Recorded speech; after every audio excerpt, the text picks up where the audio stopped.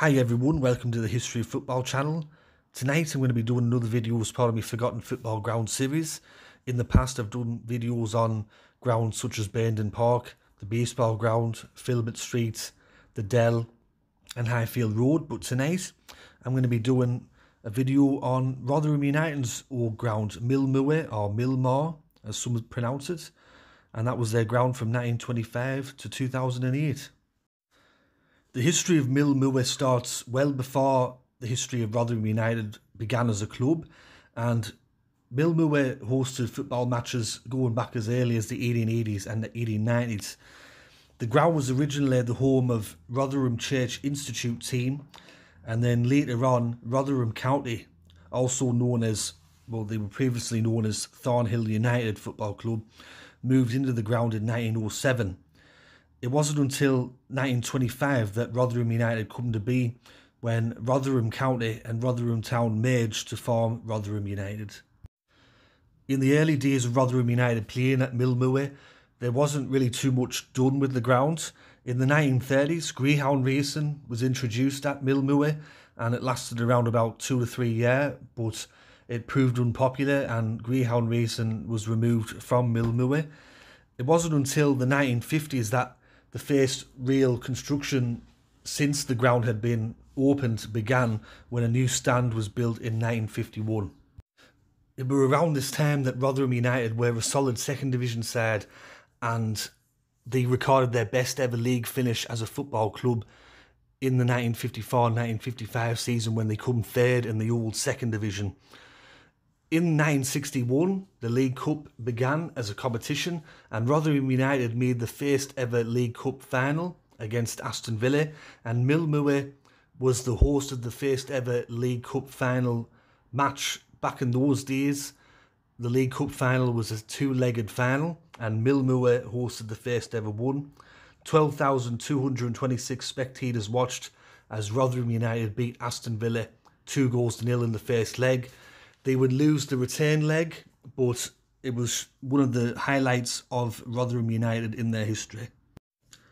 During the 1990s, relocation to a new all-seater stadium in Rotherham was considered, but the original preferred site for a new stadium had become unavailable by the time Rotherham had won promotion to the L Division 1 in 2001. And so the club faced the need to develop a new all-seater stadium either at Milmoor or elsewhere. Initially, the club chose to convert Milmoor into an all-seater stadium. Redevelopment work was started on the ground, with the new main stand being built in place of the previous wooden main stand, which was built in the 1950s. The new stand was planned to contain corporate facilities and bring a capacity to over 10,000. The work was scheduled to be finished in 2006, but faced a series of setbacks, one of which was the discovery of Japanese knotweed being found on the site. The work was never finished and the main stand remained half-built. Rotherham United were forced to look elsewhere to play their matches. On the 22nd of September 2007, Rotherham United played against Notts County, and it was a day to mark 100 years with the club being based at Milmoor. The game ended 1-1 with Peter Holmes scoring for the Millers. In May 2008, Rotherham United were forced to leave Milmoor after talks with Ken Booth, the owner of Milmoor, broke down.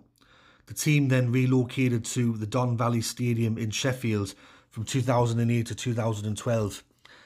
The last match to be played at Milmoor that featured Rotherham United was in 2008, and the opponent that day was Barnet.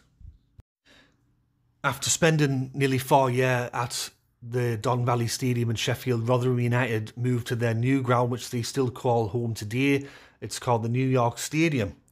Despite this, Milmoor remains in existence for more than a decade after Rotherham United departed, and the ground is still used for other sports purposes. Milmoor had 4 stands: the Tivoli end, which was favoured amongst the fans and held up to 2,700 spectators; the Railway end, which was for the away support, that could hold about 2,000 supporters; the main stand, and also the Milmoor Lane end stand. Now looking at some records which happened at Milmoor. At the time of Rotherham United leaving the ground, the capacity were 8,300. But like a lot of the other old grounds that I've featured, the capacities back a long time ago were higher. And the record attendance for Milmoor came on the 13th of December 1952, and it were a match against Sheffield United. 25,170 spectators attended that match. The highest ever win or score that Rotherham United got at Milmoor came on the 26th of May 1947. They beat Oldham Athletic 8-0. Other records which haven't been bested since the club's move to the New York Stadium is most goals in a year and also most points earned in a season when Rotherham United were promoted from the 3rd Division on one occasion. They got over 90 points. So that concludes my video on Milmoor, the former home ground of Rotherham County and then Rotherham United from 1907 to 2008.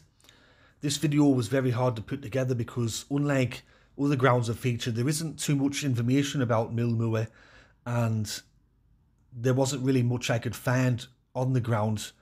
There wasn't too much information posted on the internet or on other search engines, so I'm sorry if I couldn't give like a full detailed history of Milmoor, but I tried my best in this video to put out the best content I could possibly do for this ground. So once again everyone, thanks for tuning in for the video. If you did, let me know in the comment section below if you liked it. Let me know which ground you'd like me to feature in the future.